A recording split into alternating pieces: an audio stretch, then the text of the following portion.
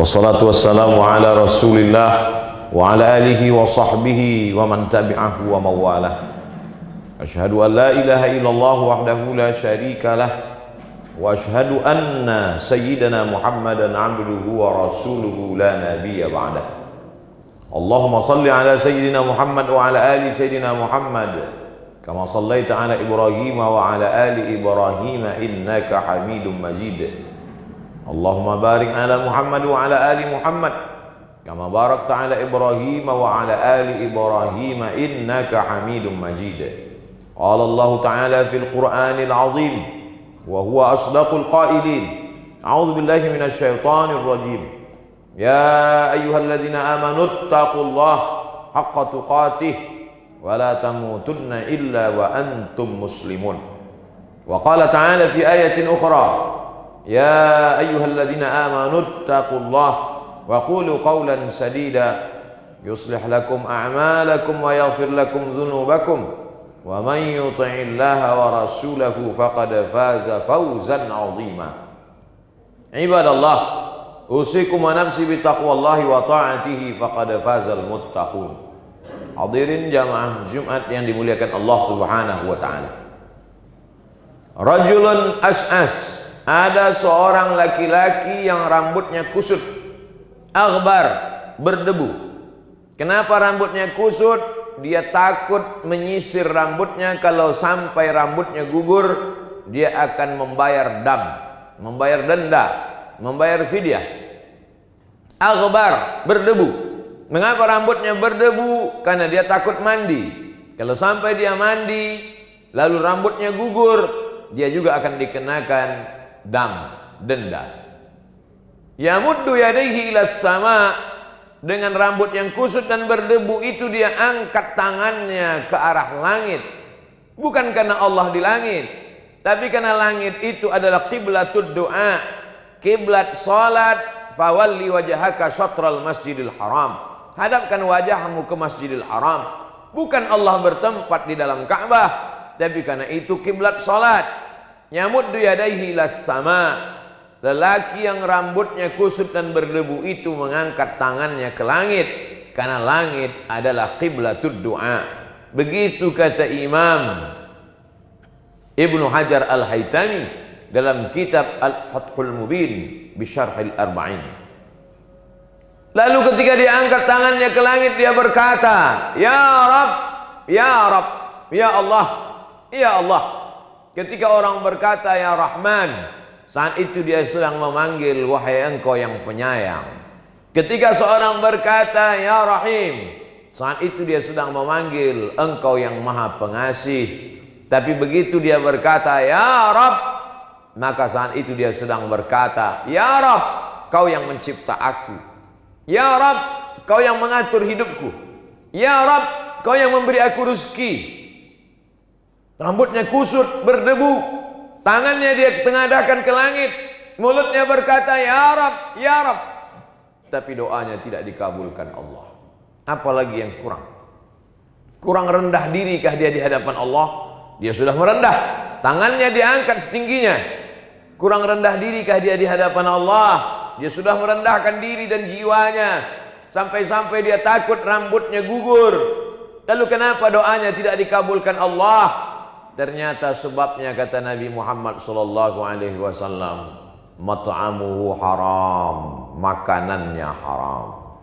Mashrabuhu haram, minumannya haram. Malbasuhu haram, pakaiannya haram. Wa ghuziya bil haram, dan dia diberi makan haram, dan dia memberi makan haram.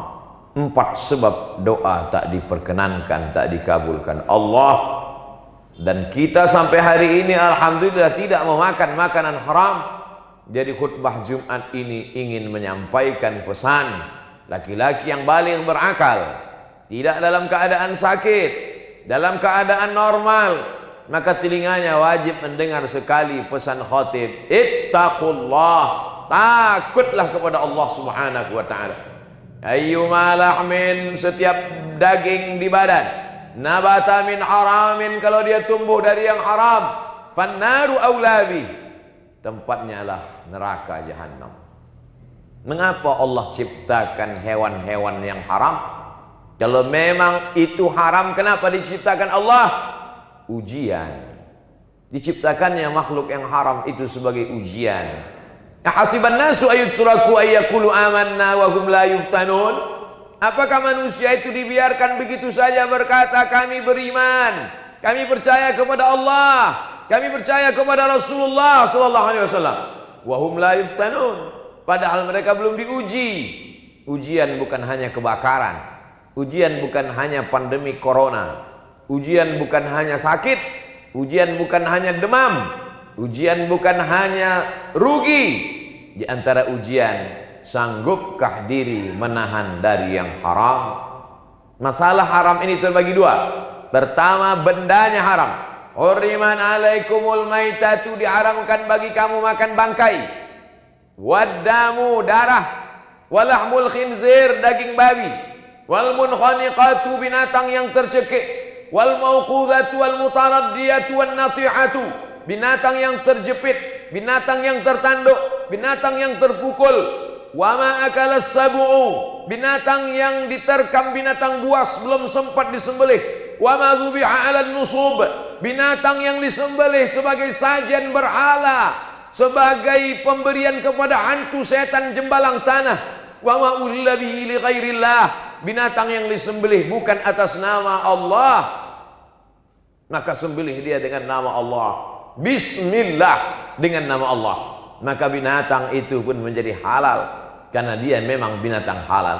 Tapi ada binatang itu halal disembelih dengan cara yang halal, darahnya sudah tumpah habis karena di dalam darah itulah bakteri, dicuci bersih. Setelah itu disembelih dengan cara yang bersih, dicuci dengan cara yang bersih, dimasak dengan cara yang bersih, tapi dia tetap haram.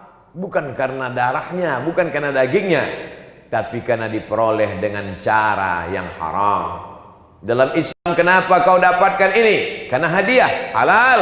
Kenapa kau dapatkan ini? Karena upah hasil kerja, halal. Kenapa kau dapatkan ini? Karena hasil dari bekerja pagi sampai petang malam, halal. Tapi ada cara-cara yang diharamkan Allah Subhanahu wa taala. Kita dapat, kita peroleh, kita kaya bukan karena ridha Allah, dan itu juga bagian dari ujian. Banyak orang yang sabar ketika diuji sakit. Mana buktinya? Pergilah kita ke rumah sakit. Berapa banyak tangan yang bertasbih subhanallah walhamdulillah wa la ilaha illallah wallahu akbar. Itu maknanya orang diuji dengan sakit, sabar. Berapa banyak orang yang sabar diuji dengan pandemi corona. Apa buktinya? Orang sabar memakai masker, orang sabar tidak keluar rumah, orang sabar ikut protokol kesehatan. Dan bagi yang sudah terkena penyakit, sabar dia dalam rumah sakit 14 hari lamanya dia sabar. Itu menunjukkan orang sabar karena pandemi. Tapi tak banyak yang sabar ketika diuji, melihat peluang mendapatkan suatu nikmat dunia, padahal sesungguhnya dia hanyalah segumpal neraka jahanam. Oleh sebab itu sabar yang paling tinggi bukan sabar ketika sakit, bukan sabar ketika mati, bukan sabar ketika musibah. Sabar ketika gempa bumi, sabar ketika gunung meletus, sabar ketika tsunami. Itu sabar level paling bawah. Sabar yang paling tinggi adalah sabar menjauhkan diri dari yang haram, padahal peluangnya ada, kesempatannya ada. Kenapa tidak kau makan? Kenapa tidak kau ambil? Kenapa tidak kau manfaatkan? Jawabannya, inni akhafullah, aku takut kepada Allah Subhanahu wa taala. Itulah orang puncak kesabaran. Makanya dikatakan dalam Al-Quran, innallaha ma'as sabirin, Allah bersama dengan orang yang sabar. Sabar yang bagaimana? Dia merasa bersama dengan Allah. Kalau aku ambil, aku makan, aku berikan ke anak istriku, aku belikan ke rumah kendaraanku, tidak ada yang tahu. Innallaha ma'as sabirin, tapi Allah bersama aku. Disitulah makna percaya kepada yang gaib. Malaikat yang mencatat, inna alaikum lahafizin kiraman katibin. Malaikatnya tidak kelihatan. Iqra kitabak kafa binafsika al-yawma 'alaika hasiba. Buku catatan amalnya juga tidak kelihatan. Malaikat mungkar nakir yang akan menanya di alam kubur, juga tidak kelihatan. Ruh yang bersemayam dalam jasad yang akan bertanggung jawab di hadapan Allah juga tidak kelihatan. Surga dan neraka juga tidak tampak di kelopak mata. Puncak dari beriman kepada yang gaib adalah Allah. Mana Allah itu? Hari ini belum pernah ada orang menantang khatib bertanya, mana Allah itu? Tapi pada zaman Nabi Musa dulu, apa kata mereka? Ya Musa, wahai Musa, ij'al lana ilahan kama lahum alihah. Buatkan kami Tuhan yang bisa dilihat mata, sebagaimana mereka punya Tuhan dalam bentuk patung dan berhala. Bahkan lebih tegas dari itu, Bani Israel menantang, arinallaha jahrah, tunjukkan kepada kami Tuhan jahrah, secara nyata. Ma khatara bi balik, fallahu laisa kadzalik. Apa yang terlintas di hatimu, maka Allah tidak seperti itu. Kau pejamkan matamu, nampak hitam putih merah, nampak bayang-bayang, itukah Allah? Walam yakul lahu kufuwan ahad. Dia tak setara dengan apapun. Tiba-tiba di suatu malam datang berbisik ke telingamu, akulah Tuhan, itukah Allah? Laisa kamitslihi syai'un. Tak ada yang serupa dengan dia, tapi dia ada. Bisa dirasakan oleh hati yang tulus ikhlas. Ketika kita sedang puasa Senin Kamis, masuk ke dalam kamar mandi, air baknya penuh, tidak ada yang melihat, kamera CCTV tidak ada satupun yang tahu kalau kita minum. Mengapa kita tidak minum? Allah. Saat itu kita sedang yakin ada Allah.